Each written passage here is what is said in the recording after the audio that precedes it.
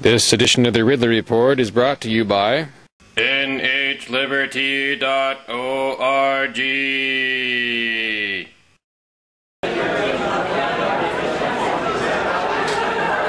I was having a conversation the other day with somebody who sympathizes with the Free Stater goals in some ways, but isn't completely on board with them. He asked me what I thought would be the ideal government structure. Well, since I'm not an anarchist, I didn't say no government. Although I'm open to the idea, I have a couple others I think would be better. The way I see it, the government is a lot like the three-legged invaders from War of the Worlds. It's a tripod, and if you take away any one of the legs, you can put an end to most of its abuses. Two legs, in particular, seem to be the best ones to remove. Not both of them, just one of them. We're even. You're supposed to identify yourself. 1, 2, 3, 4, 5, 6, 7, 8, 9, 10. The first of these legs is what I call the monopoly leg. Remove a government's monopoly over a given area, and you will move society forward in that area, ultimately. Now, when I say area in this context, I'm referring to a geographical area. For instance, in Manchester, New Hampshire, right now, you have 3 different governments that have monopolies of a sort over that area. The U.S. federal government, the county government, and the Manchester city government. If any of those 3 were opened up to competition, it should improve the lot of Manchester residents. Take the city government, for instance. Right now, you can vote as to who you think should sit in various seats on the board, but maybe it would be better if you had 2 different boards to pick from. You decide which board will rule you. In ancient/medieval Iceland and Ireland, this kind of a system existed and was known as, or at least today it's called the tuas system.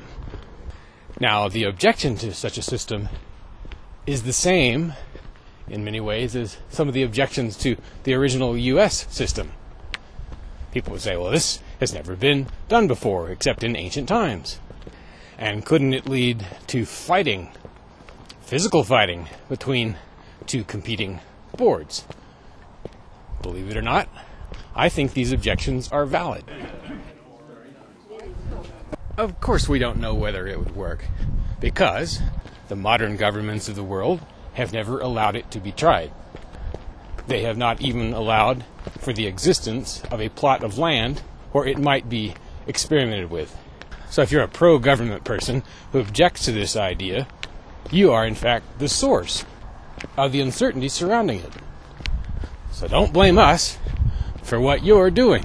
I don't think you. I think you might be exercising that. But if you're so in love with bureaucrats and ugly gray compounds, fear not. For there is an option which might allow monopoly government and liberty to coexist. I call it the aggression-free government, one that is allowed to exist as a monopoly over its geographical region, but is not allowed to use any type of aggression. It can't aggress your money out of your wallet, it can't tax. It has to raise money the same way you would, by working, investing, selling its land and its services, charging user fees, selling advertisements on its roads and properties, collecting donations.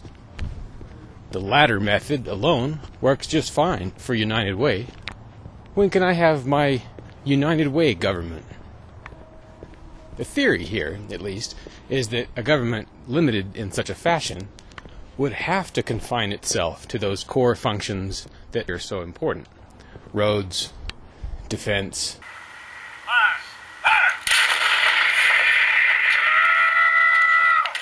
For such a government to launch, say, a foreign invasion, it would have to have overwhelming public support and a pretty good reason.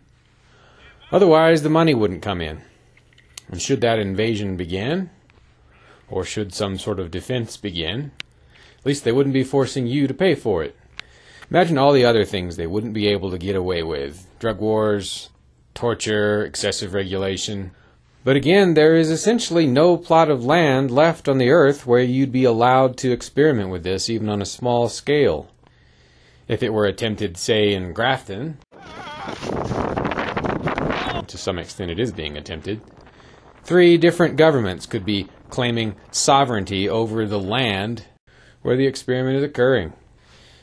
True liberty experiments are not even allowed anywhere in the modern world, and that needs to change.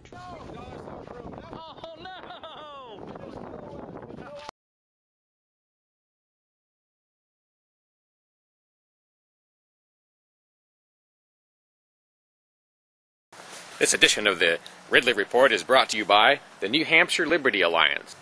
They're attempting to make a clean sweep against politicians that are authoritarian and laws that are authoritarian. But they need your help. Join them at nhliberty.org. Again, that's nhliberty.org. Fighting to keep you free. Fighting at the State House every day. Oh, and I should say, don't join them. Join us, because I am a member of the New Hampshire Liberty Alliance. nhliberty.org.